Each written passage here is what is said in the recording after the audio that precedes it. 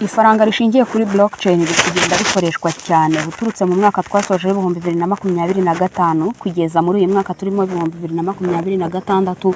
Leta z'ibihugu na za guverinoma barushaho kurebera hamwe igishobora gukorwa kugira ngo amakuru y'umuturage arusheho kubikwa mu buryo burimo transparency cyangwa se ubutabera. Ibyo ngibyo bituruka ko umubare w'abakenera serivisi zijyanye n'amafaranga barushaho kuba benshi. Ibi ngibi bigatuma abakozi batangaga iyo serivisi bashobora kuba bakeya cyangwa se bagatanga izituzuye.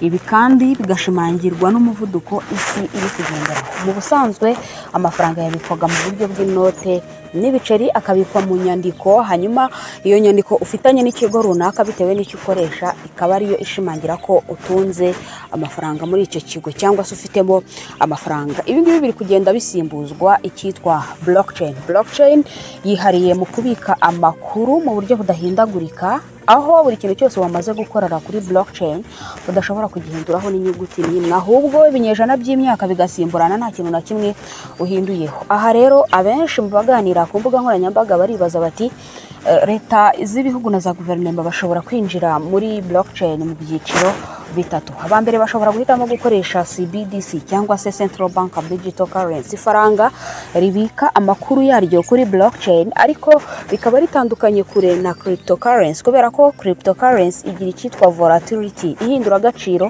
mu buryo butunguranye, aho ushobora gusanga Bitcoin yari iri ku bihumbi $100 mu kandi kanya kaza ko biri ku bihumbi $85.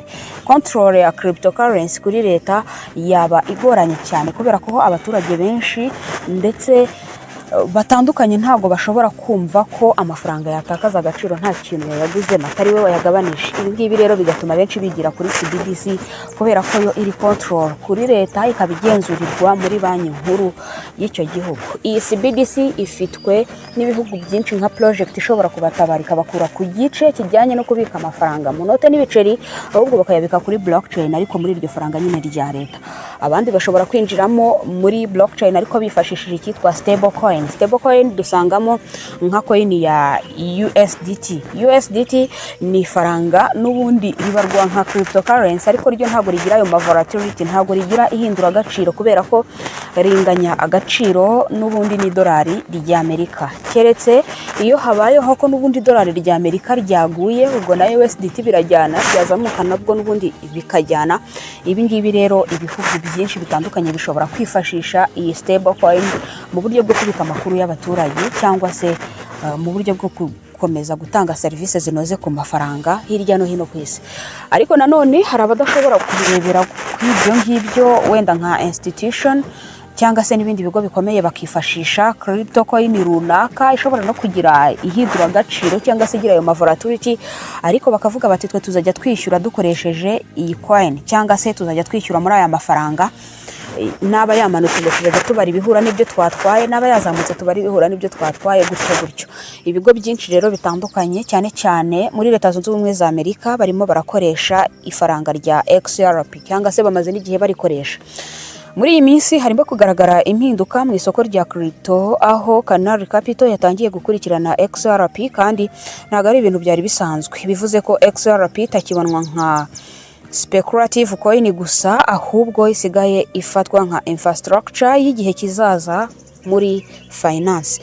Ahangaha ushobora kwibaza uti kuki XRP iri kwitabwaho cyane? Iyi XRP ihuje na Pi Network mu kugira abantu benshi bayikoresha. XRP ikoreshwa cyane n'amabank cyangwa se n'ibindi bigo bikomeye mu bijyanye no kohererezanya amafaranga kubera ko ifite speed iri hejuru, ariko kandi ikatana makeya mu mafaranga yo kohererezanya, ntago XRP charginga menshi.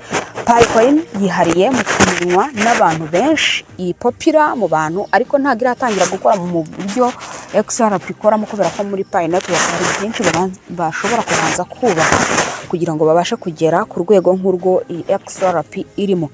Aha rero impamvu XRP irimo kugenda yitabwaho cyane nuko ikigo nka Ripple yakoze cyane mu gukoresha XRP mu bijyanye n'ubuzima busanzwe. Ahangaha harimo igice cya stablecoin, tokenized asset, kwihuza n'amabanki n'ibigo bya financial. Ahangaha ibi bituma institution zitangira kuyikurikira kandi zikayigirira icyizere kuko yubakiye kuri real utility atari hype gusa.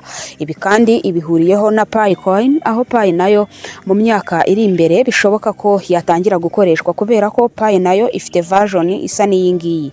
Pi yubakiye mu kwibanda mu gukora utility ijyanye na ecosystem, guhuza abantu benshi cyangwa se icyitwa mass adoption, gutegura open mainnet ishingiye mu gukoresha Pi mu kwishyura ibicuruzwa na service nk'uko XRP yabanje kugenda yikusanya cyangwa se yegeranya imbaraga na Pi Network. Ubu ngubu abenshi bagenda bayihuza ko ishobora kuza kunganira iri faranga rya XRP mu gukora cyangwa se mu kwishyura service zimwe na zimwe zitandukanye. Ahangaha XRP yerekana ko iyo project ifite real world use, institution zihita ziyifata zikayikoresha gahoro gahoro.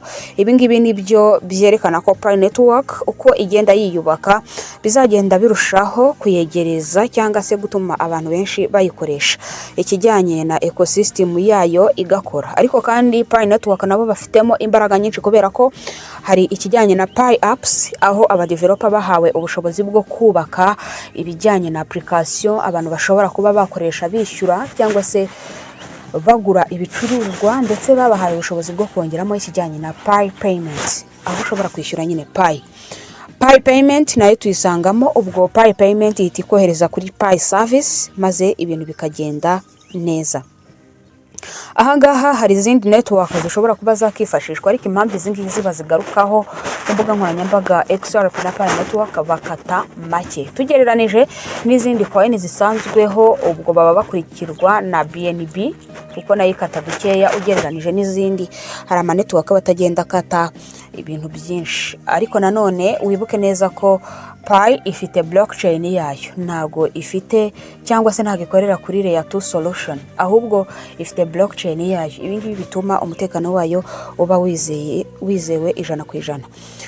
Crypto iri kugenda ifata indi ntera kandi iri kuzana impinduka zitandukanye, bigaragaza ko itakiri speculation. Ibivuze ko future ya digital finance ishobora kubakirwa ku bintu bibiri, kuri network ya XRP ndetse na network ya Pi, zikagenda zunganirana. Tugana ku musozo, nta muntu uzi neza uko bigenda, ariko ikigaragara nuko XRP igaragaje ko utility yayo ihuye nuko institution zigenda ziyakira cyangwa se utility eco institution adoption, ndetse na Pi Network irimo kugenda yiyubaka gahoro gahoro. Niba XRP yarabashije guhindura speculation yayo kuki Pi Network itabishobora, niba wemera ko utility ari yo future ya crypto, kanda like maze ukore subscribe, tujye tubana biganiro byinshi turushaho kugutegurira umunsi ku wundi, hanyuma tujye tubana mu biganiro byacu bigiye bitandukanye, kubera ko turushaho kugutegurira byinshi birushaho kukwegereza mu isi ya crypto muri rusange. Hari abantu benshi rero bahise banyandikira inbox bambaza bati iri faranga rya XRP ko tubona ririmo kugenda rimanuka cyangwa se ritarimo kuguma ahantu hamwe, twarigurisha cyangwa se igisubizo ushobora kuduha ni ikihe? Mu busanzwe nta muntu n'umwe ushinzwe kukugira inama cyangwa se ubyemerewe kugira ngo ube wagurisha cyangwa se nkugure coin, ahubwo bikora mu mahitamo yawe. Gusa nshobora kugufasha kukwereka uko isoko rihagaze.